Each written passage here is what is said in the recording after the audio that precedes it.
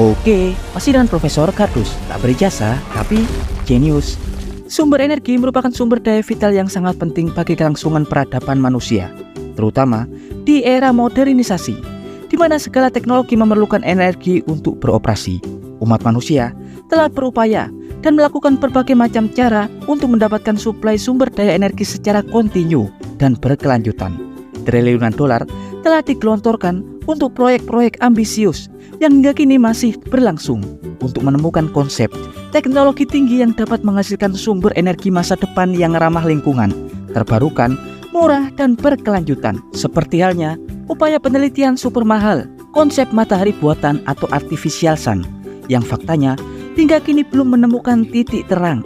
Padahal yang terlibat pada proyek penelitian super mahal tersebut merupakan ilmuwan-ilmuwan ternama dari berbagai negara kaya seperti Amerika Serikat, Rusia, Cina, Jepang, Uni Eropa, dan lain-lain. Tapi faktanya, hingga kini mereka masih kesulitan untuk menemukan formula yang pas untuk mengendalikan energi abadi fusi matahari dalam perangkat reaktor yang mereka kembangkan. Dan kali ini, Profesor Kardus akan mengulas 4 konsep atau cara yang umum digunakan oleh para ilmuwan untuk menciptakan fusi matahari buatan. Tapi sebelum Profesor Kardus mengulasnya, jangan lupa like, subscribe, dan tekan tombol lonceng di channel Profesor Kardus. Tak berijazah, tapi jenius untuk mendapatkan informasi dan notifikasi-notifikasi terbaru dari sudut-sudut bumi dan sudut-sudut alam semesta lainnya. Ya, reaktor fusi merupakan sebuah perangkat yang dibuat khusus untuk mengendalikan reaksi penggabungan isotop-isotop hidrogen, umumnya deuterium dan tritium.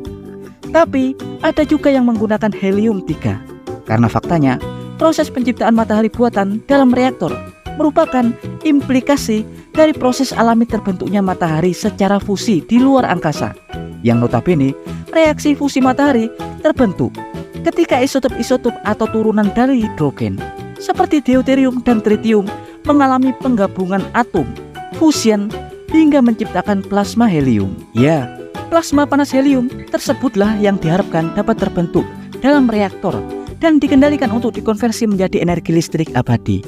Plasma panas helium bersuhu super sangat panas, bahkan hingga 150 juta derajat Celcius.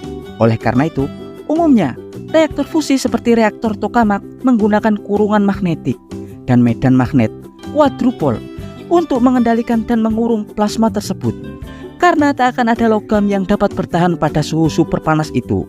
Tapi masalahnya, meski kita berhasil menciptakan plasma fusi dalam reaktor, namun plasma-plasma yang terbentuk tidaklah stabil, rapuh, dengan densitas atau kepadatan yang rendah. Dan plasma seperti itu sangat sulit untuk dikendalikan dan akan hancur dalam beberapa menit atau detik.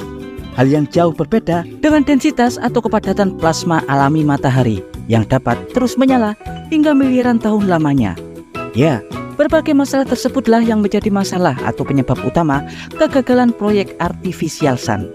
Dan diketahui, dalam proses penciptaan matahari buatan, para ilmuwan umumnya menggunakan 4 konsep. Yang pertama adalah MCF atau Magnetic Confinement Fusion atau fusi kurungan magnetik. Konsep fusi kurungan magnetik adalah konsep yang paling umum digunakan saat ini.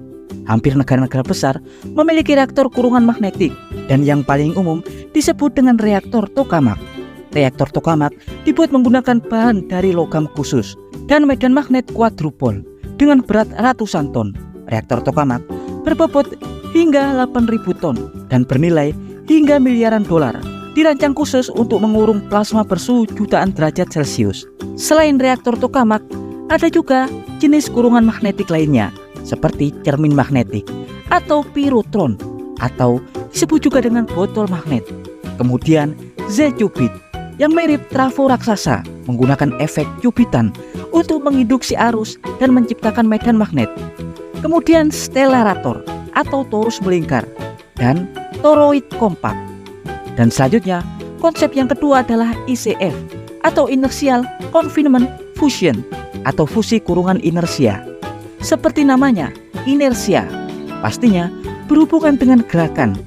Reaktor fusi kurungan inersia terbesar dimiliki oleh National Ignition Facility di Laboratorium Lawrence Livermore, California, Amerika Serikat.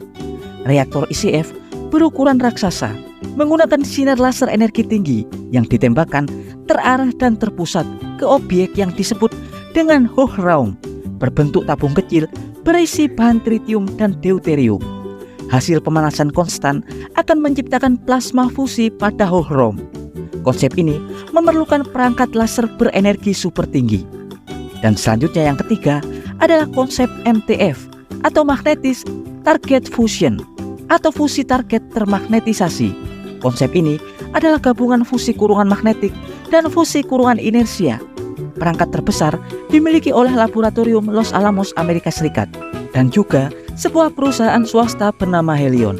Konsep ini bekerja dengan menembakkan dua bahan bakar searah seperti tritium, deuterium, atau helium-3 ke pusat sebelum bahan bakar tersebut dikompresi dengan medan magnet super kuat. Dan kemudian selanjutnya, konsep yang keempat atau yang terakhir adalah FRC, Field Reverse Configuration, atau bidang konfigurasi terbalik. Reaktor jenis konsep ini biasa disebut dengan Speromak.